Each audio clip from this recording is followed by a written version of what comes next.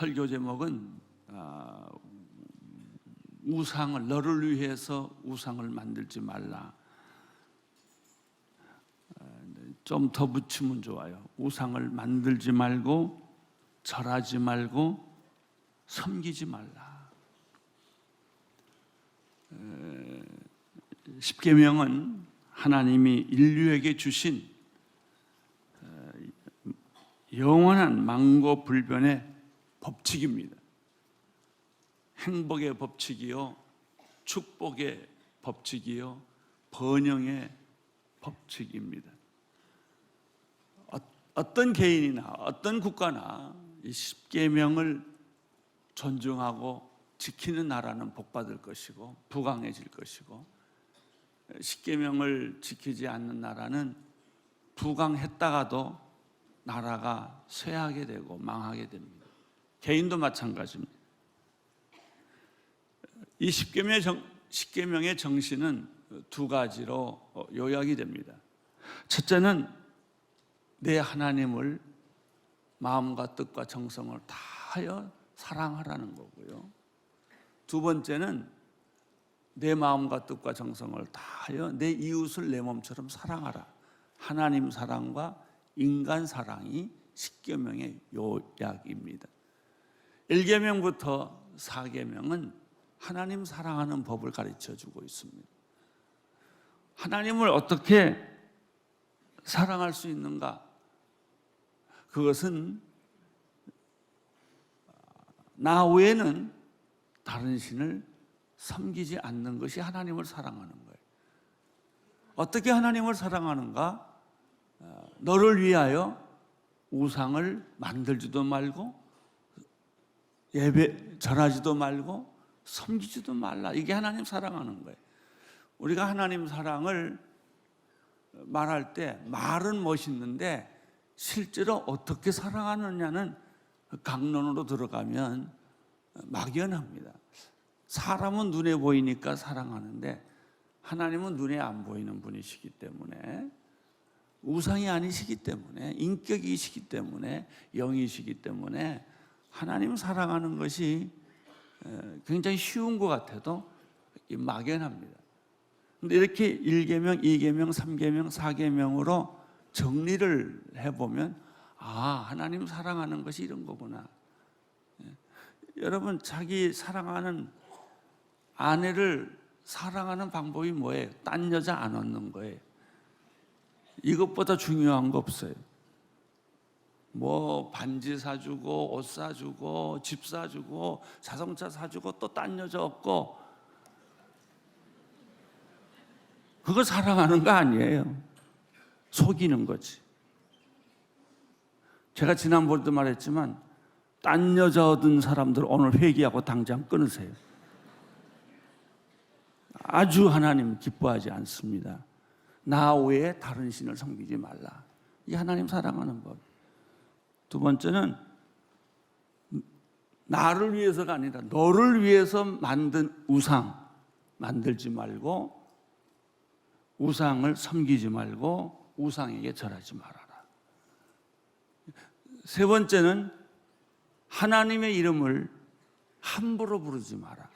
망령되이 사용하지 말아라. 이것이 하나님 사랑하는 법이에요.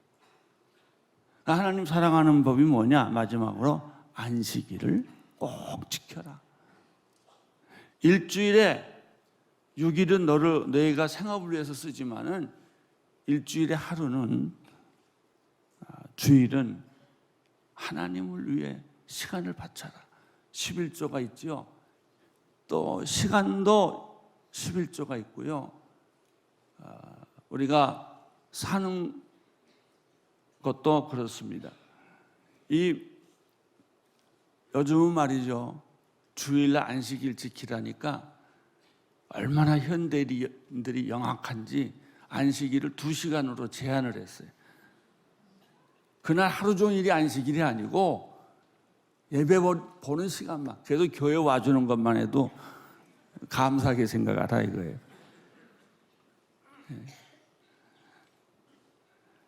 우리가 안식일 지키는 게 어떤 때는 부담이 돼요. 여행도 못하고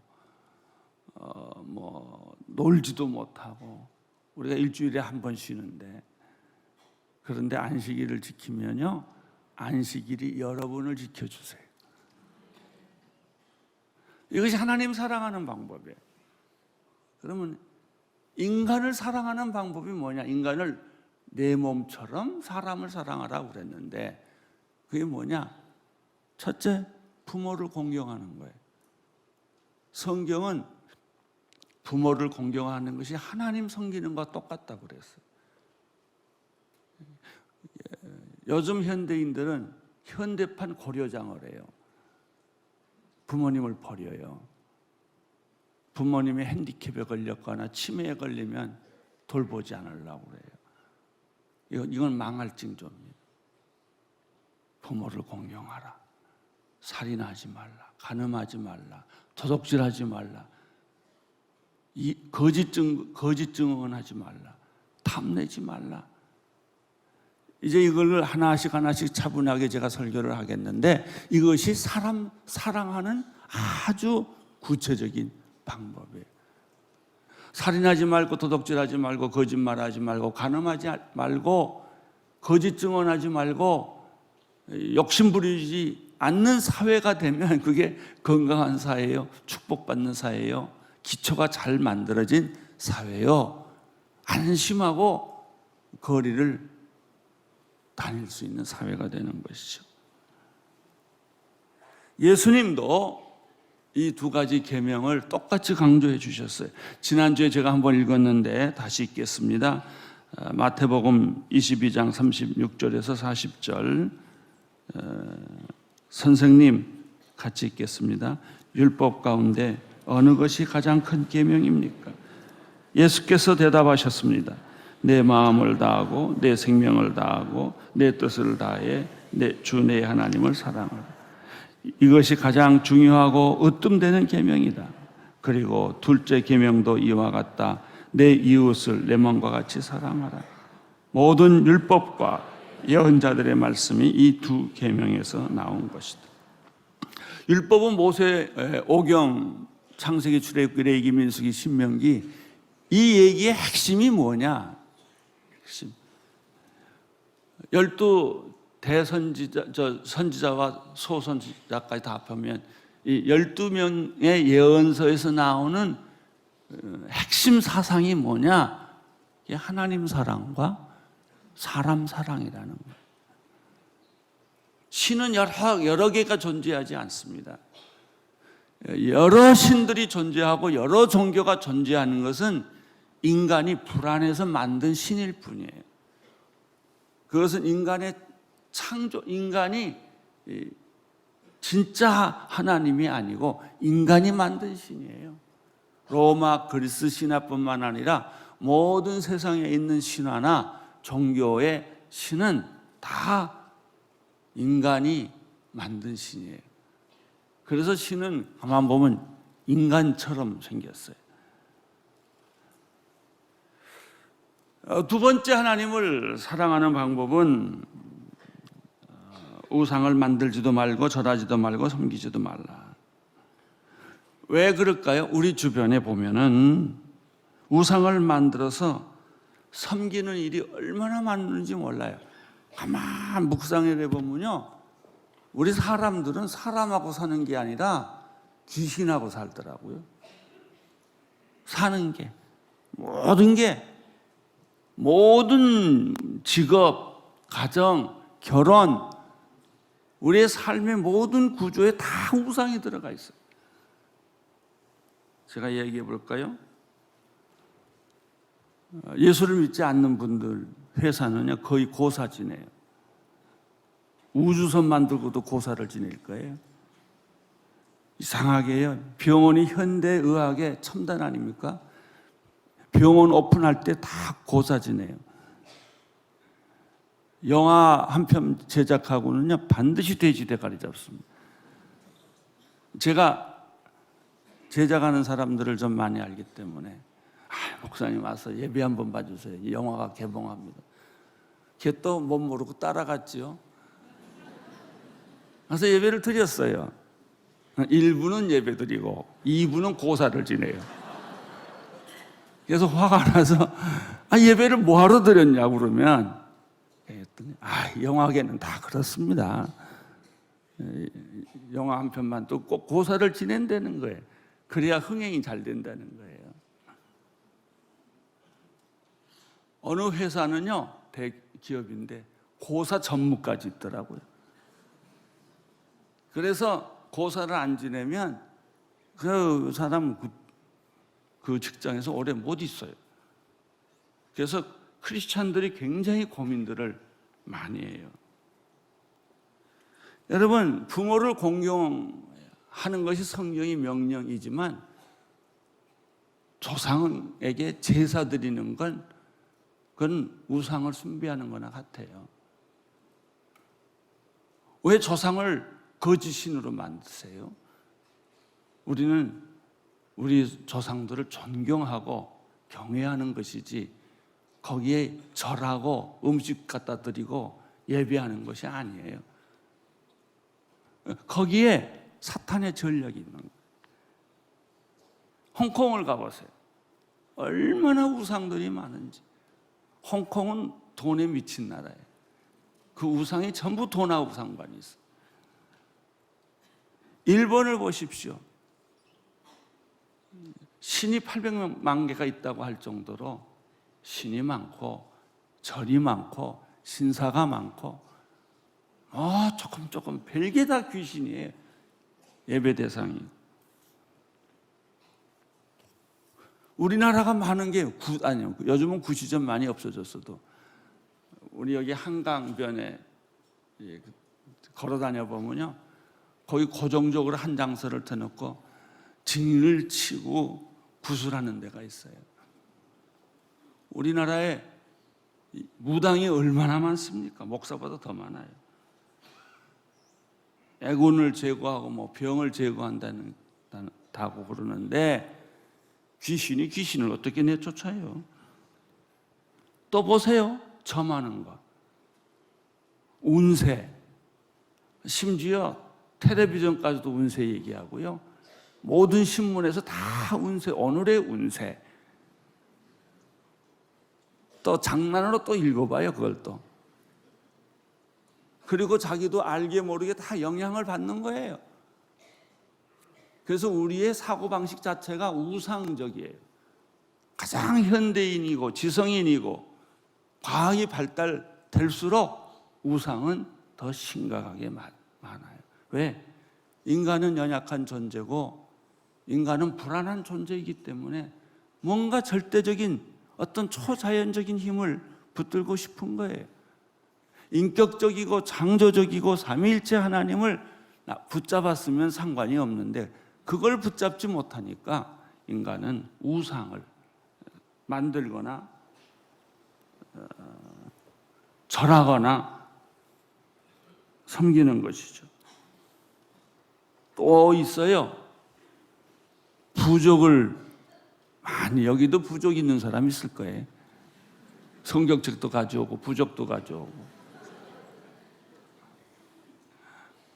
제가 연예인들하고 언젠가 성경 공부를 하는데 한참 하고 났더니 한 감독이 호주머니에서 뭘 꺼내더라고요. 지갑이에요. 지갑을 열더니 자기 어머니가 만들어준 아주 비싼 부족이 있대요. 내가 이것을 오늘 불태워보겠습니다. 그리고 내 보는 앞에서 불태우더라고요. 여러분, 베개 밑에 부족이 있고 옷에도 부족이 있고 집에도 부족이 있어요. 우리 신학교 동창 하나가 아주 성령 충만한 사람인데 학교 옆에다 전세를 얻었어요. 전세를 얻자마자 자꾸 밤에 귀신 꿈을 꾼다는 거예요.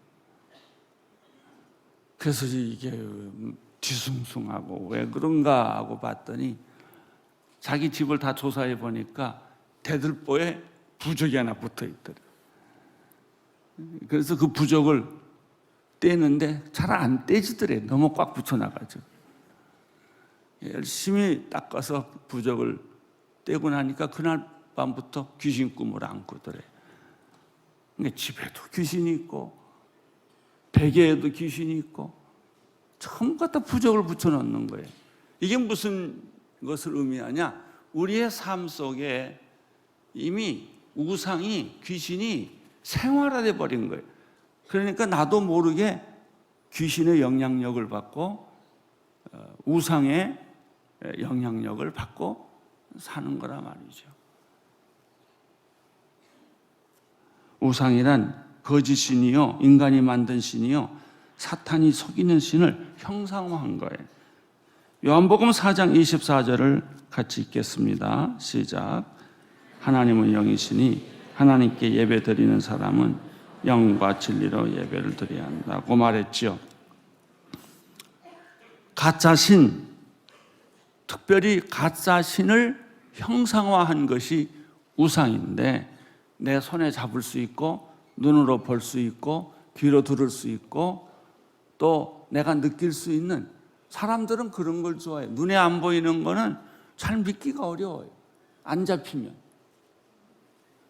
그러니까 사람들은 자꾸 하나님을 내 눈에 보고 내 귀에 듣고 내 품에 안고 내 몸에 걸치고 내 손에 잡고 이런 걸 줘야 뭐 묵주를 한다든지, 그 심지어 교인들도요, 십자가를 믿음의 고백으로 하는 것은 괜찮은데 그걸 우상같이 섬기는 사람도 있어요.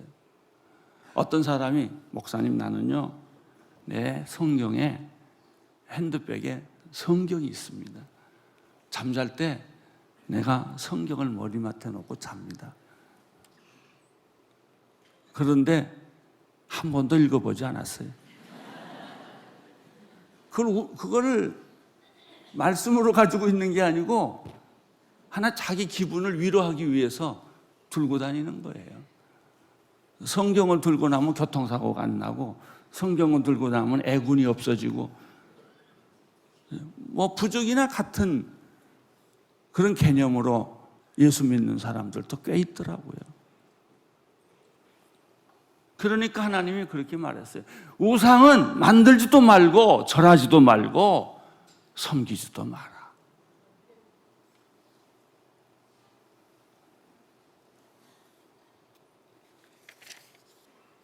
출애굽기 20장 오늘 4절 말씀을 이제 오늘 본문을 보겠습니다. 시작.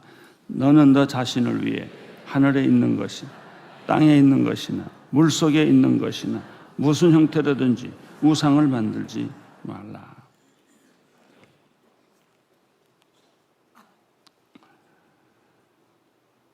인간의 본성은 눈에 보이지 않는 하나님보다도 눈에 보이는 하나님을 자꾸 찾아요.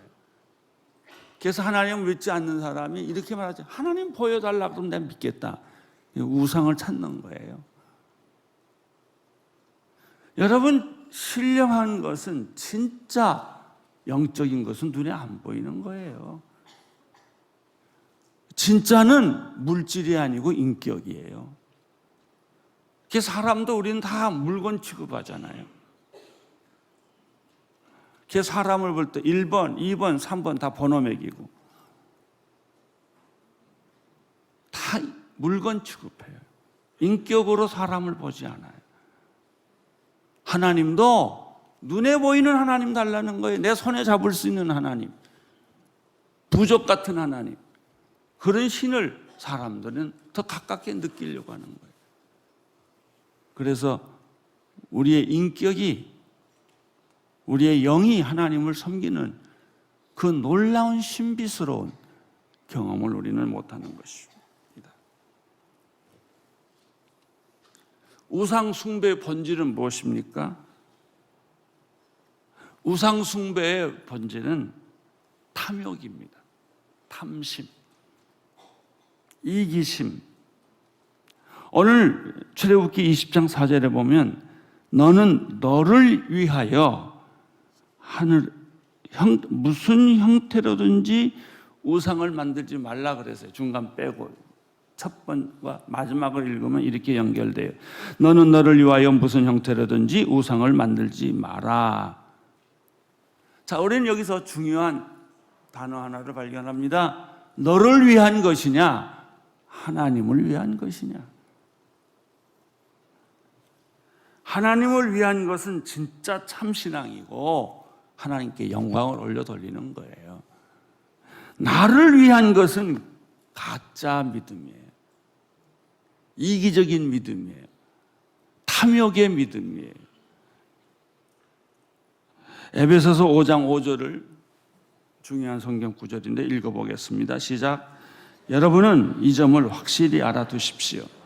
음행하는 사람이나 더러운 일을 행하는 사람이나 탐욕을 가진 사람은 우상 숭배하는 사람이요, 이렇게 딱 말했어요. 음란한 생각을 계속하는 사람, 우상 숭배하는 거예요. 쾌락이라는 우상을 가지고 있는 거예요. 더러운 일을, 쓰레기 같은 인생에 이것도 우상 숭배. 탐심, 탐욕. 어떤 사람 얼굴을 보면요, 탐욕으로 딱지가 가득 찼어요. 아주 욕심쟁이들. 먹어도 배부르지 않고 입어도 부족하고 가져도 부족한 사람. 더 가져야 되고 더 가져야 되고 나중에 가질 게 없으니까 남의 거 뺏어서 옷을 벗겨가지고 입고 이런 사람들. 이게 우상 숭배에 쩌들린 사람들이에요. 골로새서 3장 5절 읽어주세요. 시작. 그러므로 땅에 속한 지체들을 죽이십시오. 그들은 음행과 더러운 것과 정욕과 악한 욕망과 탐심입니다. 탐심은 우상숭배. 우상숭배의 본질은 인간의 죄성과 욕심이에요. 욕심.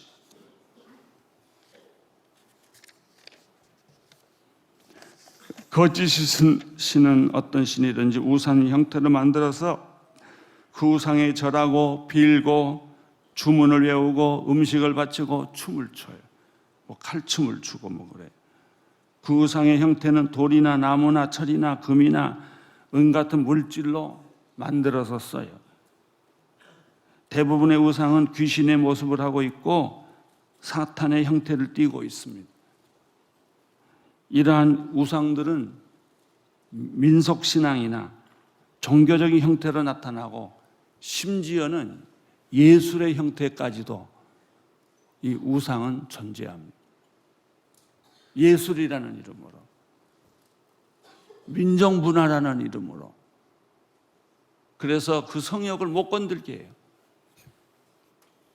그러나 사실 그 내용을 보고 나면 그것은 어떤 예술은요, 정말 사람의 영혼을 정화시키고 그 음악을 들으면 마음이 편안해지고 이런 것도 있지만요, 어떤 음악은 그냥 속을 뒤집어 놓는 게 있어요.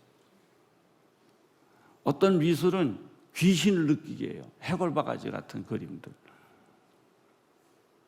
예술이라고 다 예술 아니에요. 문화라고 다 문화가 아니에요. 그것이 어떤 문화고 어떤 예술이냐에 따라서 달라지는 거예요. 어떤 집에 가보면 귀신 냄새가 펄펄 나는 그림을 딱 갖다 비싸게 사가지고 붙이고 있어요. 또 그것뿐만 아니고 용의 형상으로 조각한 의자를 갖다 놓고 앉아 있고요. 다 똑같은 거예요. 왜 사람들은 용과 뱀 같은 걸 좋아하는지 모르겠어요. 그것도 골동품이라고 아주 비싸게 사와요. 홍콩에서 사오고 뭐 싱가포르에서 사오고 그래요. 시편 115편 4절에서 7절까지 읽어보겠습니다. 시작. 그러나 그들의 우상은 은과 금이요 사람의 손으로 만든 것입니다.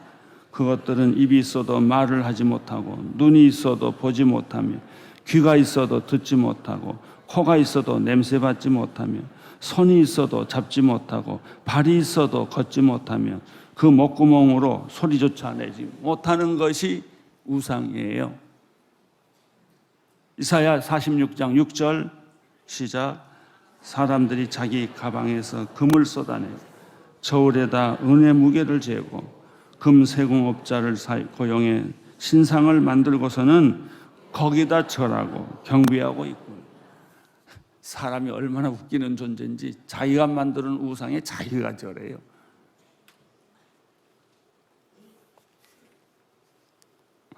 그런데 5절 6절을 출애굽기 이제 4절을 읽었고 5절 6절을 보면 더 재미있는 말이 나와요. 읽어주세요. 시작. 너는 그것들에 절하거나 예비하지 마라. 내 여호와 하나님은 질투하는 하나님이니 너를 믿은 자에게는 아버지의 죄를 그 자식에게 갚되 3, 4대까지 갚고 나를 사랑하는 내 계명을 지키는 자들에게는 1000대까지 사랑을 베푼다. 우상을 만들지 말고 우상에게 절하지 말고 우상을 예배하지 마라. 섬기지 마라. 우상의 형태는 여러 가지로 나타나요. 하나님보다 더 높아진 것은 우상이에요. 목적과 수단을 바꾸는 것도 우상이에요. 예를 들면 구약에서는 하나님의 백성이라는 표로 할례를 했어요. 그 목적은 하나님의 약속을 확인시켜 주는 것이었어요. 그러나 그 제도로 만들어진 다음부터는 할례를 받지 않는 민족은 하나님이 선택하지 않았다라고 바꿔버린 거예요. 우리가 이런 실수는 아니에요. 십자가도 예수 그리스도를 묵상하는 데 도움을 주는 것은 괜찮은데 십자가를 무슨 보물 지내듯이 지내는 거라든지 성경에 너무 중요하니까 거기다가 가죽으로 또 입혀가지고 천으로 입혀가지고 그 정성은 좋은데 그것이 우상화되면 안 돼요. 주일 성수도 그렇고 11조도 그래요. 정신이 중요해요. 목적이 중요한 거예요.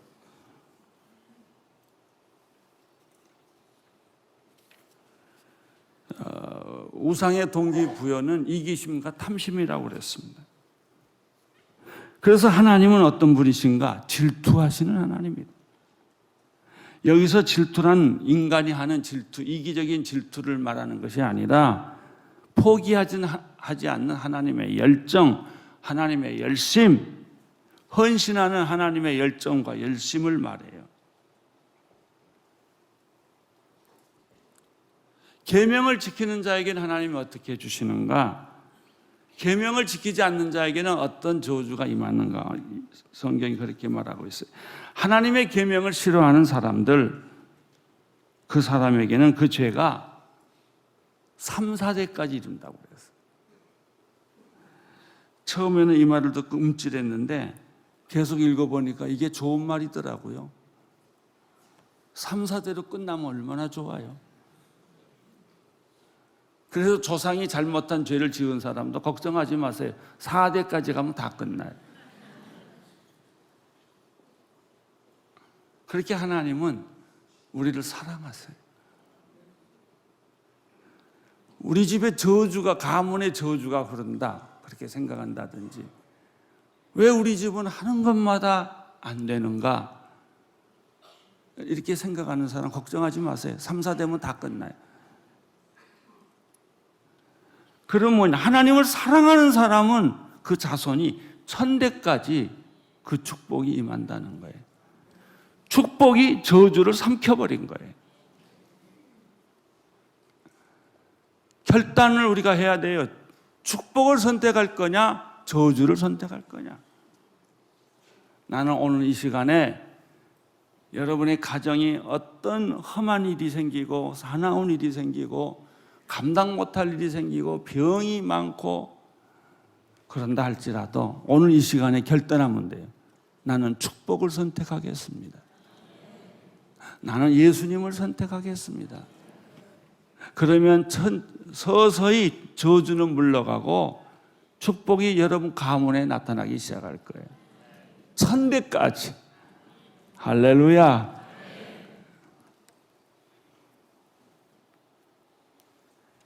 요한일서 5장 3절을 읽어보겠습니다. 시작. 하나님을 사랑한다는 것은 바로 그분의 계명을 지키는 것이다. 그분의 계명은 부담스러운 것이 아니다. 요한일서 5장 20절 21절 시작. 또 우리가 아는 것은 하나님의 아들이 오셔서 우리에게 지각을 주셔서 참되신 분을 알게 하시고 또 우리가 참되신 분 곧 하나님의 아들 예수 그리스도 안에 있다는 것을 알게 하신 것입니다. 그분은 참 하나님이시며 영원한 생명이십니다. 자녀들이여, 우상들로부터 여러분 자신을 지키십시오. 아멘.